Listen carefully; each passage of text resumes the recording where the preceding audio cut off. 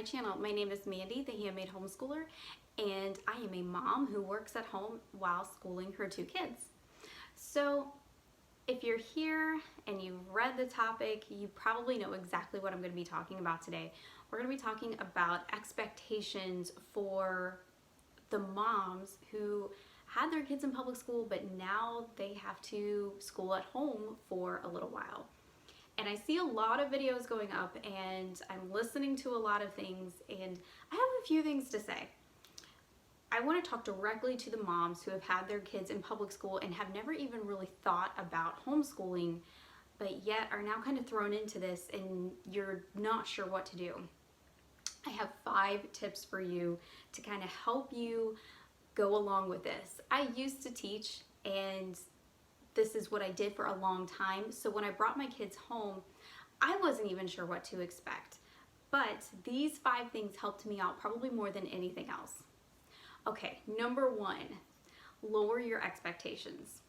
I know that you're probably going on Pinterest and Instagram and YouTube and you're seeing these people with these elaborate homeschool rooms, and they have the most Instagram-worthy setups and things like that. You don't need any of that. All of that stuff is great, and if you have that stuff, I wish I were you. But the reality of my world is no, that doesn't work for me. We have a small house and we school at our kitchen table. I have a bookcase where we keep our curriculum books, and that's it.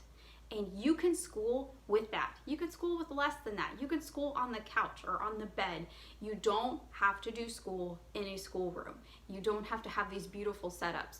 And I would recommend, especially if this is what you've been looking at, to stop immediately and just throw that out of your mind and out the window. Those things are great, but it's not needed and it's not necessary. And it's really just going to make you feel inadequate, kind of like the Instagram models make all of us moms feel a little bit less about ourselves. They're great. I wish I were them, but I'm not. So make sure you don't have that expectation in your mind. Number 2, focus on just a few tasks. And when I say a few, I mean, what has the school actually asked you to do? Have they asked you to focus on all the subjects, or have they sent home a pack? Really take a look at it and say, okay, this is what we need to accomplish.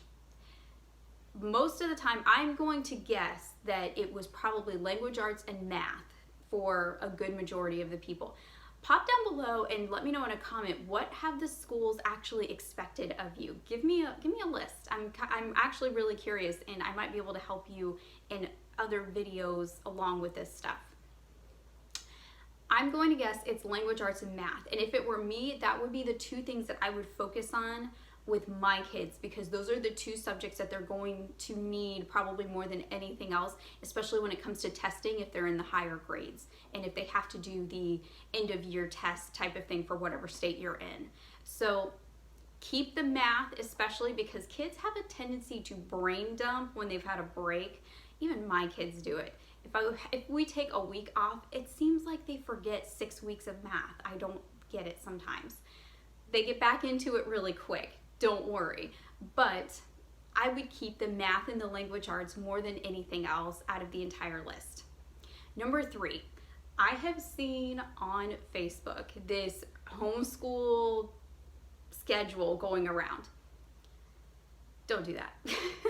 You will fail probably so miserably, and then you're just going to feel like a failure when you do. And when your kids are not used to that type of routine, throwing them into that is going to be a mess. So I really suggest doing a routine and not a schedule. I hate schedules because I always mess them up. I either sleep too late, or my kids sleep too late, or I have orders I have to do for our store. Schedules don't work for me. What works is a routine. And the difference is a schedule is a 9 o'clock, 9:30, 10, 10:30 type of schedule, and you have blocks of time where you do something specific. A routine is where you say, okay, after I get up, I brush my teeth, and then I make my bed, and then we have breakfast, and then we have this, and then we have that. with a routine, you're just doing things in the same order every day, but it doesn't matter what time you're doing them. That way, if your kids want to sleep in a little bit, let them sleep in. I mean, it's kind of a break for both of y'all. Okay, number 4, read a book. And I am a huge fan of reading to kids. I was a teacher. I still kind of am. But reading to kids, no matter what their age, is such a great thing. We like to read as a family. So my kids, they are 3.5 years apart. So they're almost 4 grades apart from each other. Yet we still read the same book together as a family. Whether it's a chapter book, an audio book, something that you're interested in, or a fantasy book, have some time every day where you just all come together, sit and read, and maybe play a game. Don't treat this quarantine time as a punishment. Look at it as an opportunity for you to spend some time with your kids, get to know them, find out about them, see what they like. This is a great time for you all to do this together. And number 5, learn with them. As a teacher, I can tell you it's a good idea for you as a parent to know exactly what they're learning. I have seen all kinds of things across the boards, especially in the last couple of school years. Learn with them. It's a good opportunity for you, and you're taking an interest in them, and you're making an investment in time with your kids, and there's nothing more valuable than that. They would love to know that you are actually interested in what they're doing. Plus, as a parent, as a homeschool parent, I get to learn alongside my kids in every subject. I feel like I have gotten a second and third education through both of them, and that has been so fun for my husband and I. And I've actually learned so much more than I ever did in public school just by learning at home with my kids, because we all did it together. So take this time to learn with them and see what the schools are actually teaching them. It's going to be a great opportunity for you, and you're going to be making an investment in your child.